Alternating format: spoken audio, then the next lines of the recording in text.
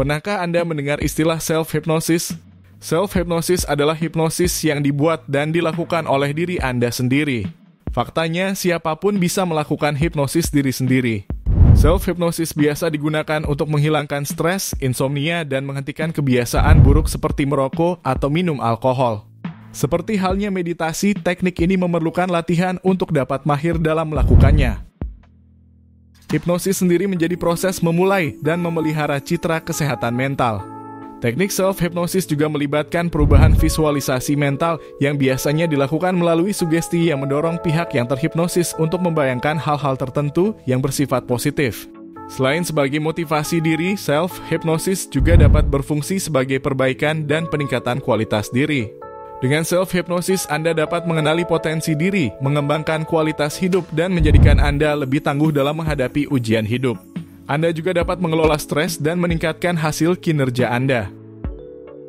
Self-hypnosis merupakan terapi yang mudah dilakukan dan membuahkan hasil yang sangat positif untuk kehidupan Anda di masa depan. Selain itu, self-hypnosis hampir tidak memerlukan biaya apapun dan tidak memiliki efek samping sedikit pun. Self-hypnosis adalah proses psikologis yang melibatkan pengendalian perasaan, pikiran, dan perilaku manusia. Seseorang yang sedang melakukan self-hypnosis juga biasa disebut autosugesti pada dirinya sendiri.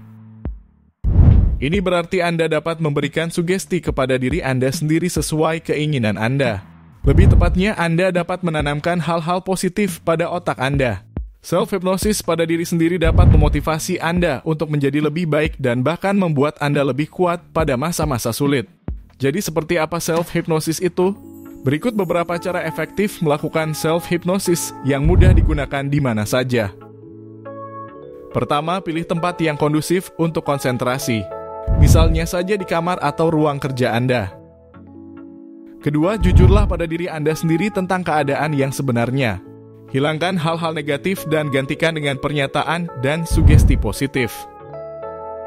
Ketiga, tarik napas perlahan dan dalam, hitung setiap tarikan dan hembusan napas agar Anda menjadi lebih rileks dan fokus. Keempat, bayangkan diri Anda berada di tempat yang paling nyaman. Setiap orang pasti mempunyai tempat ternyaman dalam benak mereka masing-masing. Dalam hal ini, bayangkan diri Anda berada di tempat terbaik untuk melupakan segalanya sejenak. Kelima, hindari emosi-emosi negatif yang bersifat destruktif seperti putus asa, frustasi, depresi, iri hati, marah, dan sebagainya. Hindari juga orang-orang yang mempunyai aura negatif yang mungkin berada di sekitar Anda. Setiap orang pasti sedikit banyak mudah terpengaruh oleh perkataan negatif orang lain. Itulah mengapa penting untuk menghindari orang-orang yang memiliki aura dan pikiran negatif. Keenam, setelah semuanya selesai, mulailah menambahkan dan menanamkan sugesti positif pada diri Anda dengan kata-kata motivasi tentang tujuan hidup dan goal yang ingin Anda raih. Perhatikan bahwa self-hypnosis tidak selalu berhasil untuk semua orang. Namun tidak ada salahnya mencoba self-hypnosis untuk kehidupan Anda yang lebih baik di masa mendatang. Self-hypnosis dengan sugesti positif membuat masa-masa sulit sekalipun menjadi lebih mudah untuk Anda lalui. Anda dapat mencoba self-hypnosis untuk memperbaiki kualitas diri Anda. Tanamkanlah kata-kata motivasi berikut ke dalam pikiran dan hati Anda untuk merubah diri Anda menjadi orang yang jauh lebih baik dari sekarang. 1.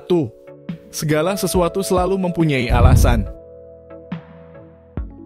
Mengapa Anda makan? Ya, pasti karena Anda lapar. Ini adalah contoh sederhana sebab dan akibat yang berada dalam kendali Anda. Dan bagaimana jika hal-hal lain yang Anda tidak dapat mengendalikannya? Hanya Tuhan yang memiliki kuasa akan segalanya. Tentu tidak mudah bagi Anda untuk memahami apa kehendak Tuhan bagi diri Anda sendiri. Segala sesuatu mempunyai tujuan.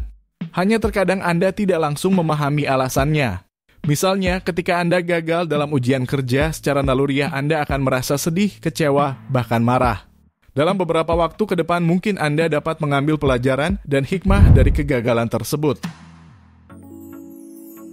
2. Percaya bahwa kuasa dan kehendak Tuhan itu ada. Ada kalanya Anda sudah berusaha semaksimal mungkin mempersiapkan segala sesuatunya dengan sungguh-sungguh, namun hasil yang Anda dapat jauh dari apa yang Anda bayangkan.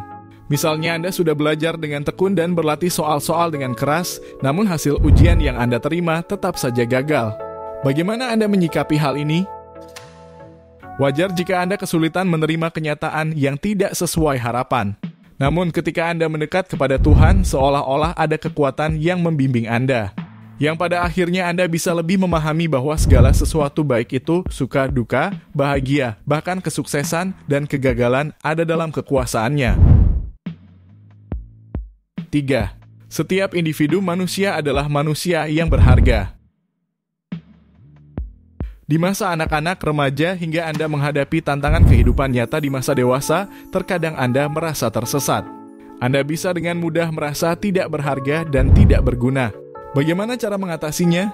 Anda bisa kembali ke nilai-nilai religi untuk mencari makna dan jati diri Anda seutuhnya. Anda juga bisa kembali kepada orang-orang di sekitar yang dekat dengan Anda. Keluarga yang tetap menerima dan mendukung Anda apapun keadaan dan kesulitan yang Anda alami. Apapun cara dan alasan yang Anda pilih untuk bertahan hidup, yakinlah bahwa diri Anda adalah manusia yang berharga. Sekecil apapun Anda tetaplah individu yang mampu memberikan manfaat bagi lingkungan di sekitar Anda. Jadi jangan mudah menyerah. 4. Menuai apa yang telah Anda tanam. Anda mungkin punya 1001 alasan untuk merasa sedih dalam keadaan yang terpuruk. Namun Anda harus memahami bahwa setiap tindakan yang Anda ambil terkadang salah. Yang mungkin Anda sendiri bahkan sudah lupa. Jadi seburuk apapun keadaannya, berusahalah selalu berbuat baik agar hal-hal baik kembali menghampiri Anda di kemudian hari. Misalnya, jika Anda kecewa pada hasil ujian yang Anda dapat, lebih baik Anda diam dan mengendalikan diri daripada marah-marah atau bersikap kasar hingga menyakiti teman atau keluarga secara fisik atau emosional. 5. Setiap masalah pasti ada jalan keluar. Ibarat siang dan malam, setiap masalah pasti ada pasangannya, yaitu jalan keluarnya. Namun Anda harus berusaha mencari dan mendapatkan jalan keluar tersebut. Sama seperti saat Anda merasa lapar. Anda harus lari ke kantin dan makan sesuatu untuk memuaskan rasa lapar Anda, bukan? Sebaliknya, jika Anda hanya berdiam diri, duduk dan mengeluh lapar, rasa lapar Anda tidak akan kunjung hilang. Waktu memegang peranan penting di sini. Betapapun laparnya Anda tidak bisa terburu-buru ke kantin saat Anda sedang ada rapat penting pada saat itu. Jadi Anda harus bersabar dan menunggu sampai rapat selesai. Ini adalah sebuah analogi. Anda tidak hanya harus mencari solusi terhadap suatu masalah, namun terkadang Anda juga harus mampu beradaptasi pada waktu yang tepat.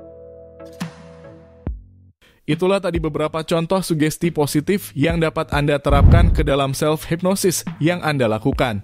Sugesti positif dapat sangat membantu Anda melewati masa-masa sulit sehingga Anda tidak mudah menyerah. Selain dapat mengendalikan emosi, pikiran Anda juga akan menjadi lebih terbuka. Hasilnya, perilaku Anda menjadi lebih baik apapun keadaan yang sedang Anda alami. Jika Anda belum terbiasa dengan self-hypnosis, mungkin terasa aneh jika harus berbicara dan memberikan motivasi kepada diri sendiri.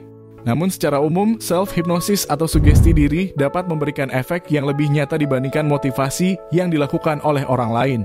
Motivasi diri menjadi sumber semangat dan membantu diri Anda memperoleh energi positif. Sekian video dari kami. Terima kasih sudah menonton. Jangan lupa like, komen, dan subscribe untuk konten menarik lainnya. Sampai jumpa.